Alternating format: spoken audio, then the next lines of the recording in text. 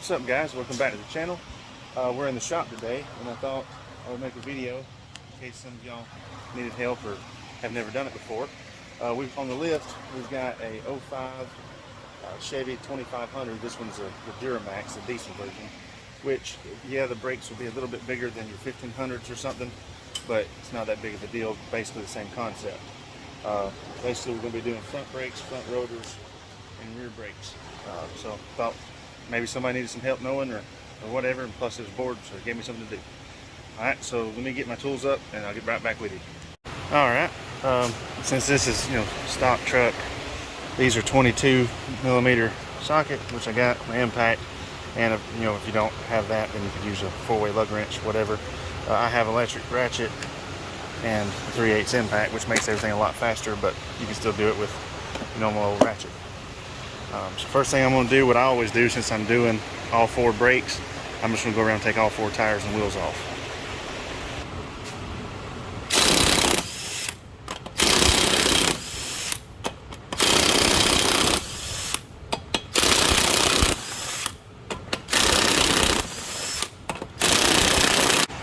Okay, now I got the tires and wheels off of everything. I just turn it one way or the other, whatever you're working on. And what you want to do on these, since you can leave the caliper attached, just want to undo this bottom bolt right here. Alright, and on this truck, that bolt is an 18. That's simple, and the bolt is also your slider. Alright, now that you've got your bolt / slider out, what I do is I take a screwdriver and barely prise up on it. And an easy way to help close up the caliper some so that it comes off easier is stick your screwdriver in this hole, and you want to catch on the lip of your rotor right there, and then you can just simply pull it back and it closes up the pistons some on the caliper. And if you have one of these, this is a caliper compressor. Makes it a lot easier, but you can use the old brake pad and a C-clamp. You can use a screwdriver. There's several different ways. This just makes it easier. So the only thing you want to do is just slide your brake pad out. Like that. And then I just lay one of them up there to take up space. Alright, I went ahead and stuck that in there, and all this does is ratchet apart. So since you've got the brake pad, it'll compress both pistons on the caliper at the same time. It's hard to see because my hand keeps getting in the way, but you see how much they're stuck out right there.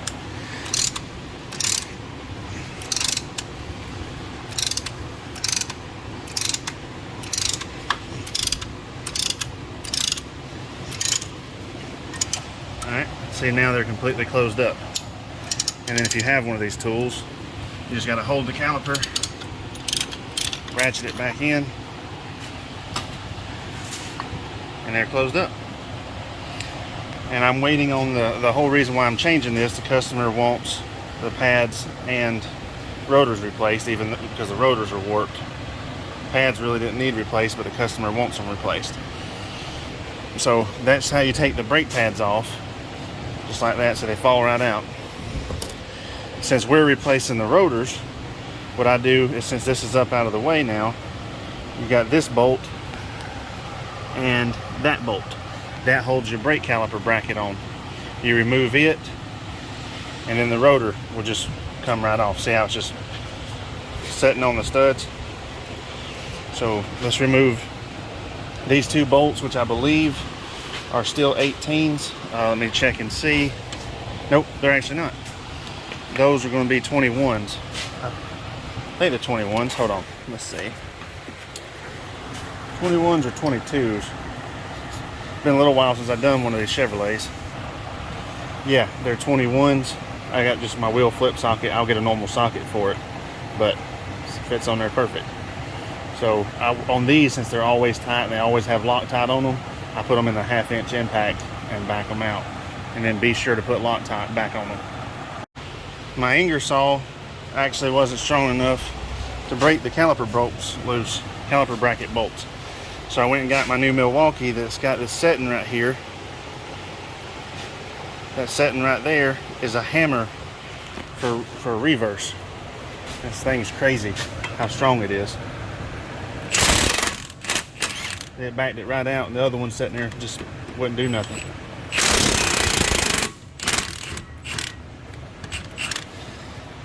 That makes a big difference. Alright, there's the 2 bolts for the caliper bracket. And don't ever let it hang by your brake line. It's a good way to tear your brake line right here. So I always lay it up there so that the brake line's not tight. And then see, the rotor just simply slides off of your wheel studs. Just like that. Alright, I'm waiting on the parts store to deliver my parts for me so I can go back with the new stuff. So while we're waiting on that, I'm going to go ahead and go to the other side and do the exact same process on the other front. And then when our parts get here, I'll show you how to put everything back on this side, and then we'll do the rear. Okay, our parts finally showed up. Alright, we got one of our new rotors open. I don't know if the camera will show it up or not, but you see how it's real shiny? That's oil that comes on them, they put on them, I guess, so they don't rust in the box.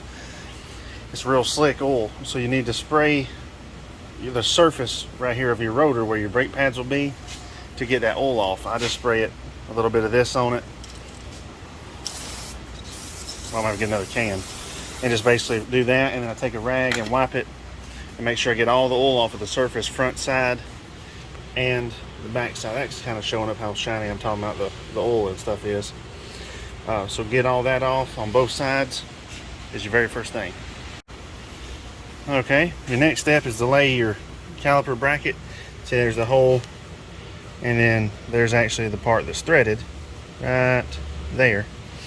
So let it sit there for a second, and then you don't want to put a whole bunch, but you can tell how there's some already on the threads.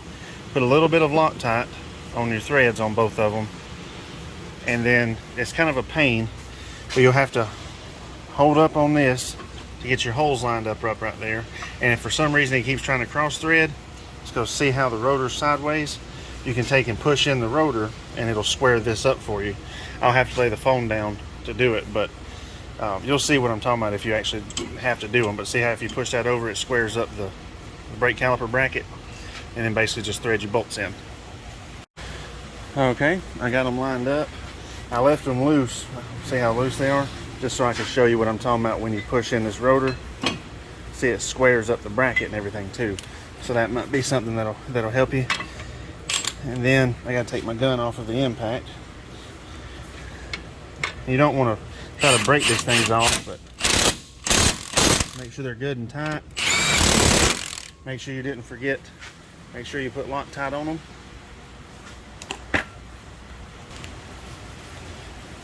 Alright, now you're just ready for your brake pads. And on these, they've got that notch. You just slide right in, like so. And then again, you can push your rotor around, get it squared up. Drop your caliper down, and see, like that. This is hard to do with one hand here.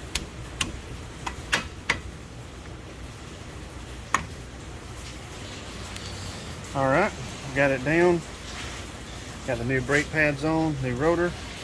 And then the next thing is make sure your rubber that's in here for your slider is lined up with your hole. And make sure that your slider has a good bit of grease on it. This I'm going to wipe off and put new grease because it's, I don't want it showing up. That's old dirty grease. So we're going to wipe that off. Alright, there we go. And we got new grease on it. The only thing you do is, since this one's the slider and the bolt, just line that up. Make sure you start it with your fingers first because it is a kind of a fine thread. And then grab your impact or your ratchet, whatever you're having to use, and torque it down. That is pretty much it. Alright, so now you just want to do the exact same process on the passenger side. So I'm going to go do that, and then when I get back, we'll do the rear. On the rear, we're only doing pads, so it's basically the same concept, but I'll go ahead and show you anyway.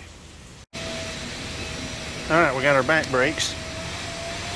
Alright, and this one's a little bit different. I don't know why Chevrolet does this. Let me see if I can try to show it to you. Let me get a light here. Maybe you can see that bolt there. Maybe that showed up. Is a T55. Well, it'll show up. Focus. There we go. T55 star bit. I don't know why Chevrolet did that, but they're both star bits. So on this, I've already prized it where the piston is closed up now. Remember how I just stick a screwdriver right there and prise it, close it up. Now just loosen this. We're going to fold that up. Alright, we had to use the Milwaukee and we got it broke loose. See, it's the same thing. Definitely going to clean all that old grease and stuff off. But it's T5. Right there. And this just folds up. Just like that. Slide your brake pads off. These can be a little bit tricky, so sometimes I just take the old brake pad, knock them around, and there you go. Alright. Now, just take your new pad.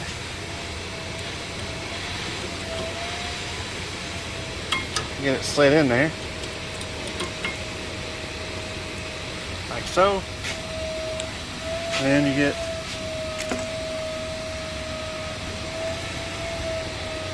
this one slid in.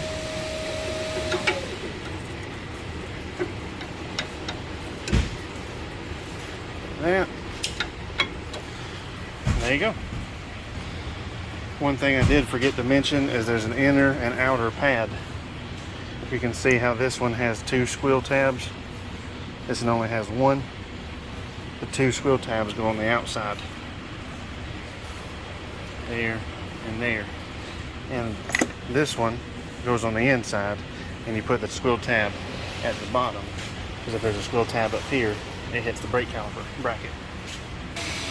Alright, we're going to take our caliper compressor, do the same thing as we did on the front, or like I said before, if you don't have one of these, you can simply use the old brake pad and a couple C-clamps, you know, hook it here and here, or on the old brake pad, there and there, and you can close these up.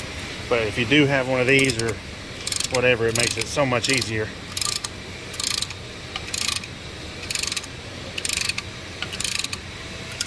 Alright, so they're completely closed up.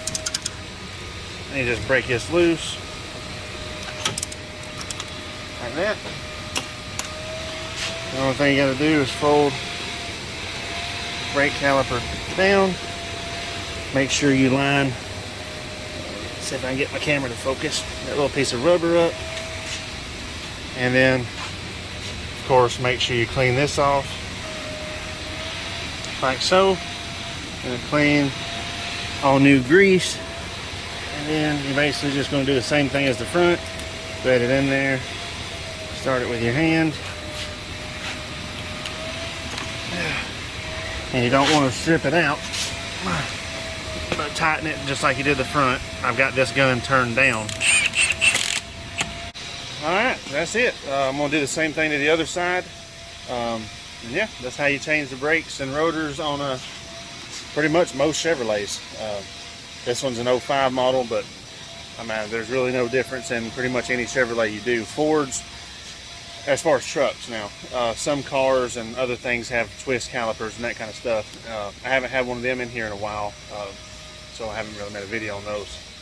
But yeah, now it's time to just do. I'm gonna do the other side, bolt the tires and wheels on it, and she's good to go. I got a few other things I gotta do for the customer, but as far as this video, that's it. I hope it helped you guys, or I hope it helped somebody that didn't know exactly how to put brakes on. So yeah, if you have any comments or have any questions or anything, just leave them in the comments. And like always, until next time, y'all have a good one.